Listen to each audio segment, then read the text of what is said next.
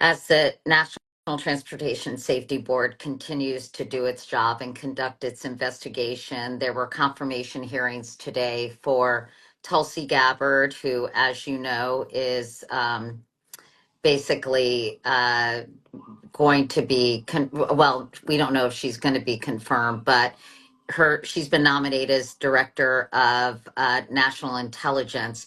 Real quickly, what is that job, David? You've been covering it for a long time. So the Director of National Intelligence is a job that was created, Katie, you'll remember this, after 9/11, when the question was, why weren't the different intelligence agencies talking to each other? Why did the FBI, for example, was following the Saudi hijackers to some degree? The CIA had other elements, and you remember this was also siloed. Right.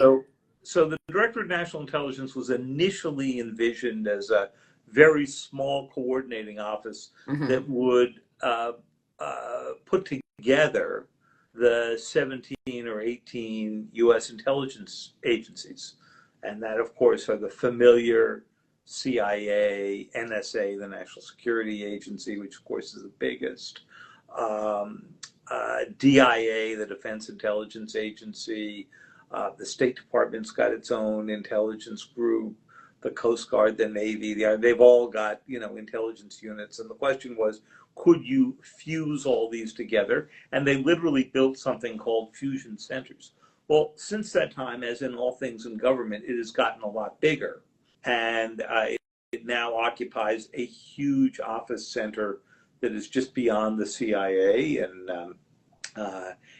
in Virginia. And when you go in there, it's got the National Counterterrorism Center in one part, and it's got a nuclear center in another part. They all report in to the Director of National Intelligence. They also oversee putting together the Presidential Daily Brief.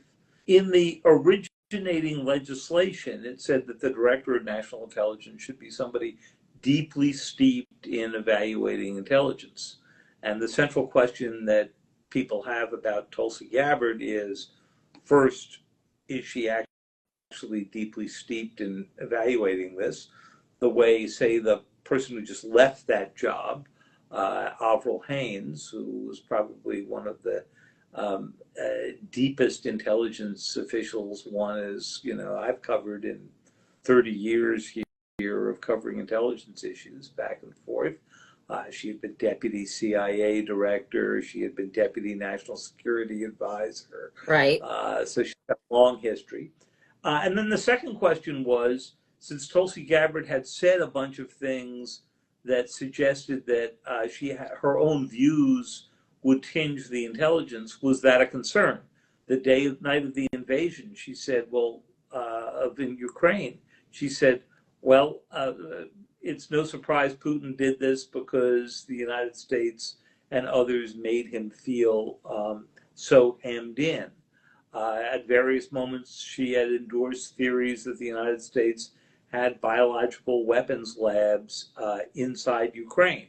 The United States does not. She had questioned whether or not would be a good idea, said it would not be a good idea to get rid of Assad She in met Syria. and talk about that, David, a little bit more. She met with Assad. She seemed very sympathetic toward Assad. I read last night she met, maybe you wrote it, met with a cleric in Syria who had suggested placing suicide bombers throughout Europe and the US. I mean, there have been a whole slew of kind of unconventional and concerning not only statements but actual face-to-face meetings.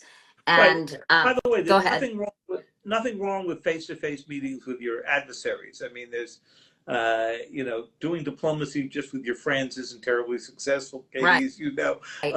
But in this case, the question was, what would be more in America's interest, since Assad was pretty much a lackey of the Iranians and was dependent on the Russians, who had bases, of course, inside Syria. Part of her argument today was that she was concerned that if Assad was gone, Syria would become run by terrorists. And she said that's what's happened, because the government that has come in now, the rebels who overthrew him, are former Al Qaeda. And she's right about that. They are former Al Qaeda.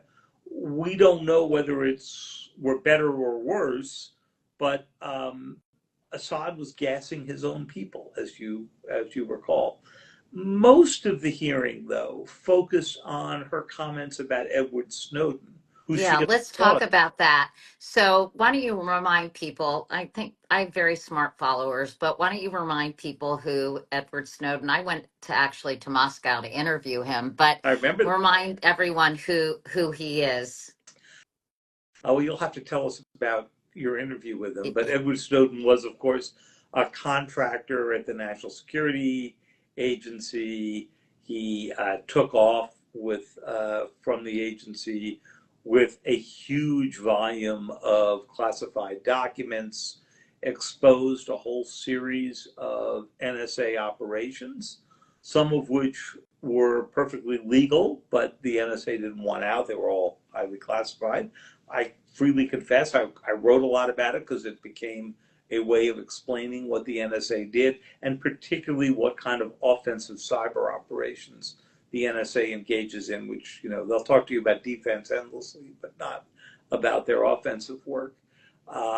And the other thing he did along the way was expose some programs that he maintained were illegal. It's not clear they were illegal, but certainly Congress acted to clean up some loopholes and actually make those activities legal shortly after his revelations. It was a huge embarrassment for the NSA, because the question was, how could a low-level employee basically collect all this stuff with $100 worth of software that skimmed it out of the NSA system and leave with it?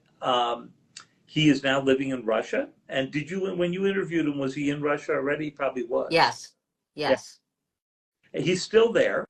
And if he ever comes back to the United States, he will probably face charges. The one thing she wouldn't do today was declare that he was a traitor. She said he illegally exposed classified documents, but he also forced the United States to come to terms with illegal activities that were taking place in the U.S. I'm not sure the NSA, which she would oversee as Director of National Intelligence, would agree with her interpretation that these activities were illegal, but it was certainly an interesting way where she was trying to walk back her previous claims. And then there were all sorts of wonderful other quotes, including one when President Trump, in his first term, apologized or basically seemed to side with the Saudis over the killing of Adnan Khashoggi, the dissident and Washington Post reporter who was dismembered by Saudi intelligence. He was himself Saudi, in the embassy in Turkey. And she issued a quite explicit text that said something along the lines of, I don't have the exact wording with me, but being Saudi Arabia's bitch, she said, isn't very America first. That was her tweet. So you sort of wonder how that went over with President Trump. Well, I guess the question is, A, is she qualified, in your view, having covered national intelligence for many decades? And B, do you think she'll be confirmed? So on the first question, whether somebody is qualified, all is in the mind of the beholder or the senator about what constitutes qualification. For Pete, or in the mind of the president, right? Or in the mind of the president. So for Pete Hegseth, it was all about the fact that he had dust on his boots, and this made him ready to be defense secretary. In my own view, I would sort of rather have somebody who is, thinking about the new technologies you're going to need to take on China. Maybe he can do both. For Tulsi Gabbard, I think the question on qualification is, one, she clearly has not dealt with intelligence anywhere near the level of the previous occupants of that job. And the second thing is she seems to be susceptible to Russian talking points and conspiracy theories, which might be disturbing if you're putting together the presidential daily brief. So what do you think that she will be confirmed? I was so wrapped up today, Katie, in dealing with the president's comments on the plane crash that I have not been able to focus yet on whether her testimony moved many votes. It was going to be a very near thing. Now, Hegseth, as you recall, needed a tie-breaking vote by J.D. Vance to get confirmed. That was the first time in decades that a presidential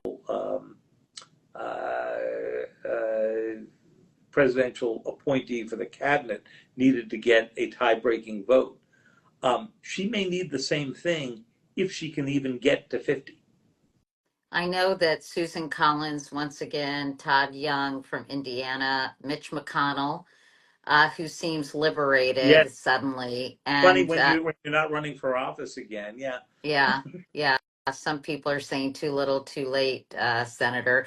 And also Utah's John Curtis are people to watch. So look, if you But had four like that, then she's yeah. not going to make it. But if they can twist the arm of one of them, then you can get to Vance pushing her over.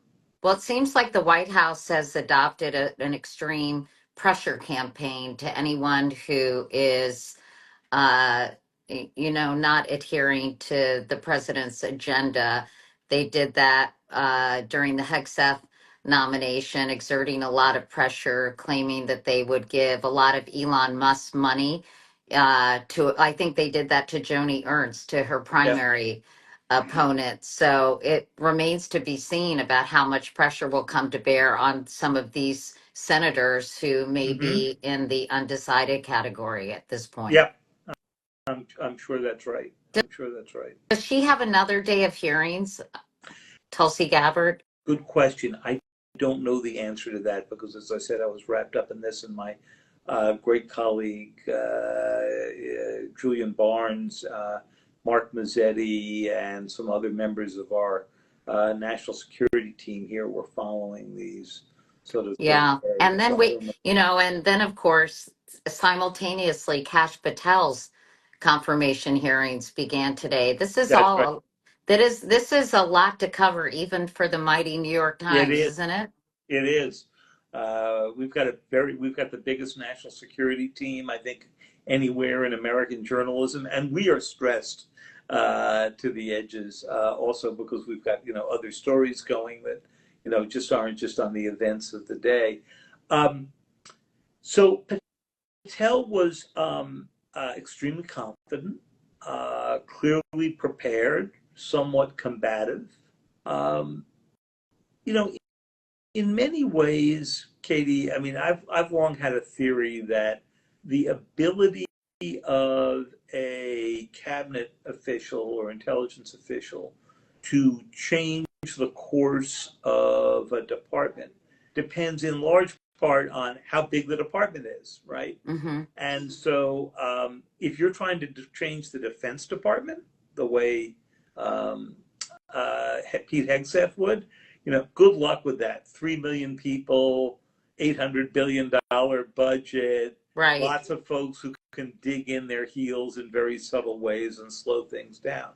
But if you're trying that at, say, the FAA or the U.S. Trade Representative's office, or even the FBI, which is where Patel is headed if he gets confirmed, you have a lot more capability because as FBI director, you can start an investigation just like that.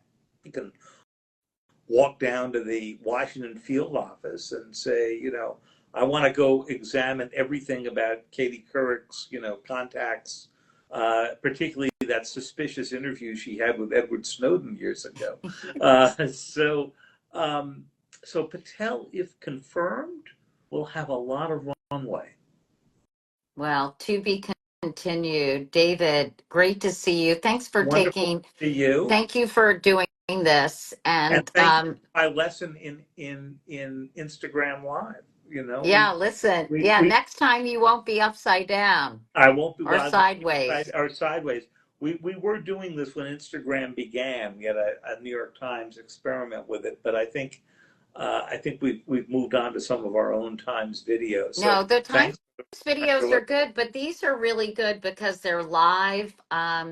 You know, it can really do I think a great debriefing with people, and my followers seem to get something out of it. they're So highly loyal for all the obvious reasons, and I get to see your living room or yeah, office there. So that's my office. That's my ring light, and that's my Joan Didion photograph that I got for my daughter. pretty cool. But yeah, yeah, she loves Joan Didion. Anyway, all right. Well, Thank David, you. thank you. You better get going. I think you have some stories to file, don't you? My stories are filed. I just have to worry about my CNN hits tonight. Okay. Yeah. My Okay. other. All right. Good luck with that. Okay. Take care. Okay. Bye Thanks, bye. everybody. Bye, David.